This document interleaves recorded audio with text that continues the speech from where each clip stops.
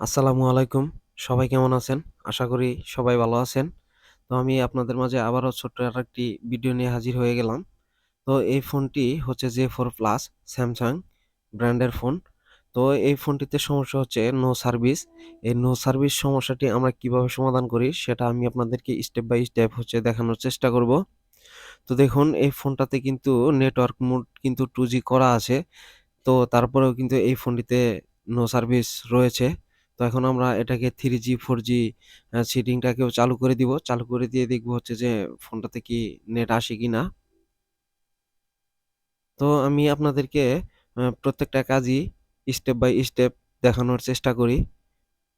তো সবাই আমাদের ভিডিওগুলো দেখবেন। তো দেখুন এখানে কিন্তু সিম কার্ড ম্যানেজার সেটিংটা যে রয়েছে, সিম কার্ড ম্যানেজার সেটিং এ কিন্তু আননাউন রয়েছে এখানে। তো এখানে আসলে সিম কার্ডের এখানে আননাউন সমস্যা হলে মানে আপনারা কিভাবে এই ফোনগুলোকে রিপেয়ার করবেন। তো এই ফোনটির কিন্তু আইমি এবং বেসব্যান্ড যে নেটওয়ার্কের জন্য যে সফটওয়্যারগুলো কাজ করে সেগুলো কিন্তু ঠিকঠাকই রয়েছে। তো এই ফোনটাকে আমরা এখন খুলে নিব। তো এই ফোনটি অন্য আরেকটা টেকনিশিয়ান ভাই আমাদের কাছে পাঠিয়েছেন। তো এই ফোনটার ডিসপ্লে আগে থেকেই হচ্ছে খোলা ছিল। তো এখন আমরা ফোনটাকে পুরোপুরিভাবে খুলে নেওয়ার চেষ্টা করব। তো দেখুন এই ফোনগুলো হচ্ছে যে আসলে আ মোটামুটি খুব বেশিরভাগ সমস্যাই নেটওয়ার্কে থাকে। তো এই ফোনগুলো হচ্ছে যে আমি কিভাবে রিপেয়ার করি। তো এই ফোনগুলো রিপেয়ার করতে গেলে হচ্ছে যে ডায়াগ্রামের সাহায্য লাগে। আর এই ডায়াগ্রামের সাহায্য নিয়ে হচ্ছে যে ফোনগুলোতে কাজ করে অনেকটা মজা পাওয়া যায়। তো এটাই হচ্ছে যে আমাদের মাদারবোর্ডের নেটওয়ার্ক সেকশন।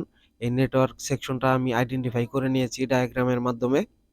তো এখন আমি এই ঢাকনাটাকে কেটে নিব কাটারের মাধ্যমে। তো দেখুন এই ঢাকনাটা কিন্তু আমি কেটে নিয়েছি। এখানে কিন্তু আমি হিট দিয়ে ঢাকনাটি ওঠাইনি। কিন্তু এখানে কিন্তু পেস্ট লেগে রয়েছে। তো অন্য আরেকটা টেকনিশিয়ান ভাই অবশ্যই এই ফোনটিতে নেটওয়ার্কটা রিপেয়ার করার জন্য চেষ্টা করেছিলেন।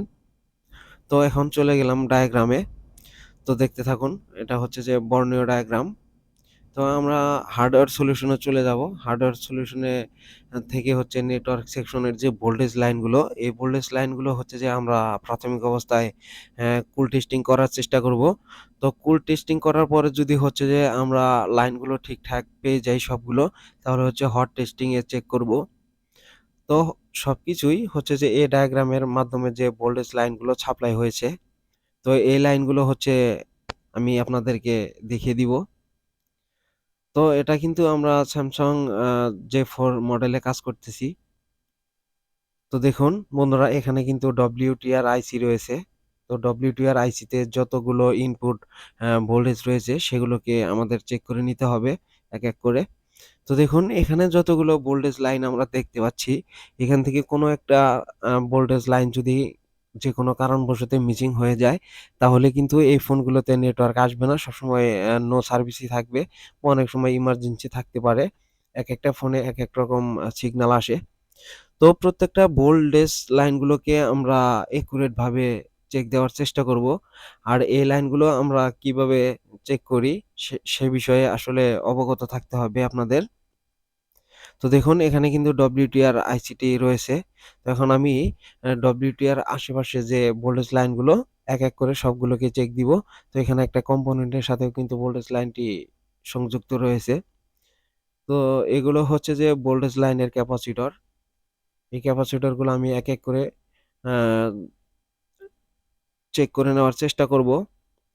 তো চেষ্টা করে আ নিচ্ছি। তো দেখুন এক, এক করে সব ক্যাপাসিটরগুলোই কিন্তু আমি দেখে নিচ্ছি। আবার এখানে আরেকটা জিনিস হচ্ছে মাথায় রাখতে হবে সেটা নেটওয়ার্ক সেকশনে অনেক রেজিস্ট্যান্স ব্যবহার করা হয়। যেগুলো হচ্ছে যে ভিপ দিবে।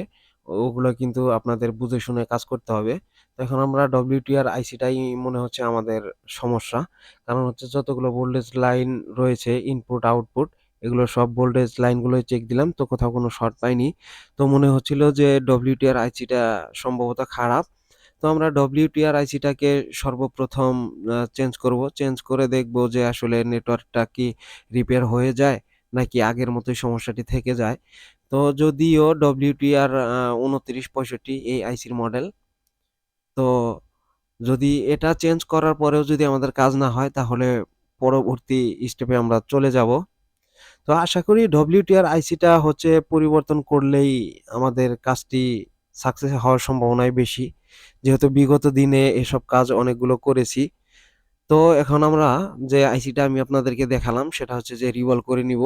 তো এই আইসিতে নতুন আইসিতে যে বল করা থাকে এই বলগুলো হচ্ছে যে অনেক টেম্পারেচার বেশি। টেম্পারেচার বেশির কারণ হচ্ছে মাদারবোর্ডে খুব ভালোভাবে লাগতে চায় না। যার কারণ হচ্ছে যে বলগুলো ভেঙে নিয়ে আবার নতুন করে রিভলভ করে লাগাতে পারলে সেটাই সবথেকে ভালো হয়। তো যে যেভাবে পারেন সেভাবেই করে নিবেন। কিন্তু রিভলভিং করে লাগালে কিন্তু আইসিগুলো এক চান্সে মোটামুটি কাজ হয়ে যায়। অনেকটা বেশি কষ্ট করতে হয় না। তো আইসিটা রিভলভ করা শেষ হয়ে গেল। এখন মাদারবোর্ডের সাথে ইনস্টল করব। তো অবশ্যই কিন্তু আইসিটা ওঠানোর সময় দেখে নিতে হবে যে আইসির আ পার্ট নাম্বারটা কোন দিকে ছিল বা প্রত্যেকটা আইসির কর্নারে একটা ডট থাকে। এই ডটগুলো আসলে কোন দিকে ছিল সেটাকে আপনাদেরকে আইডেন্টিফাই করে নিয়েই কিন্তু খুলে নিতে হবে। তারপরে হচ্ছে রিভলভ করে বা পরিবর্তন করে যেটাই করেন।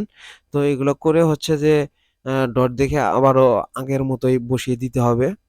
তো আইসিটা আমি লাগানোর চেষ্টা করতেছি। তো একটু সোল্ডারিং পেস্ট দিয়ে দিলাম যাতে আইসিটা খুব স্মুথলি বসে যায়। তো তারপরে আমি আপনাদেরকে চেক দিয়ে দেখাবো যে আসলে আমাদের ফোনটা কি রিপেয়ার হয় কিনা। তো যে আইসিটা আমরা পরিবর্তন করলাম সেই পুরাতন আইসিটা ওখানে রেখে দিলাম। তো এখন মাদারবোর্ডটাকে খুব সুন্দরভাবে ওয়াশ করে নিব। ওয়াশ করে হচ্ছে যে কাপড়ের এক ধরনের টিস্যু পাওয়া যায়। এই টিস্যুগুলো দিয়ে হচ্ছে যে খুব সুন্দরভাবে পরিষ্কার করে দিব যাতে মাদারবোর্ডগুলো দীর্ঘদিন চলে। দীর্ঘদিন চলার পরেও যেন কোনো সমস্যা না হয়। আর যদি এই কাজ করার পরে এই মাদারবোর্ডগুলোতে যদি পরিষ্কার করে না দেওয়া হয় এই মাদারবোর্ডগুলো, তাহলে কিন্তু ওখানে একটা কার্বনের মতো জমা হবে। আর কার্বনের মতো জমা হলে এই ফোনটি কিন্তু খুব বেশি দিন লং লাস্টিং করবে না। তো এখন আমরা মাদারবোর্ডটাকে ডিসপ্লে ফ্রেমের সাথে ফিটিং করে নিয়েছি। তো সবকিছু মোটামুটি করে নিলাম। এখন হচ্ছে যে আমাদের চেক দেওয়ার একটা সময়। তো আলহামদুলিল্লাহ বন্ধুরা, আইসিটা লাগানোর পরে কিন্তু ফোনটি চালু রয়েছে। তো অনেক সময় হচ্ছে যে নতুন করে আইসি লাগালে ফোনগুলো চালু হয় না। অনেক সময়ই হয়ে যায়। কারণ সবসময় মানুষের মন মাইন্ড একরকম থাকে না। তো ফোনটি পুরোপুরি চালু হয়ে গেল। তো আলহামদুলিল্লাহ বন্ধুরা।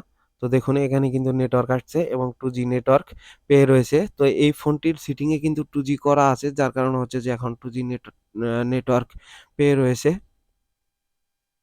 তো আমি আপনাদেরকে ব্যালেন্সটা চেক করে দেখাবো। তো দেখুন বন্ধুরা ফোনের ব্যালেন্সটা কিন্তু দেখিয়ে দিল। তো আশা করি ফোনটা ঠিক হয়ে গেছে। তো এখন আমি আপনাদেরকে কল দিয়ে হচ্ছে দেখানোর চেষ্টা করব। তো দেখুন ফোনে কিন্তু কল যাচ্ছে। তো আমাদের ভিডিওগুলো সবাই দেখবেন, লাইক দিবেন, সাবস্ক্রাইব করবেন, সবাই শেয়ার করে দিবেন। তো আসসালামু আলাইকুম। সবাই ভালো থাকবেন। আল্লাহ হাফেজ।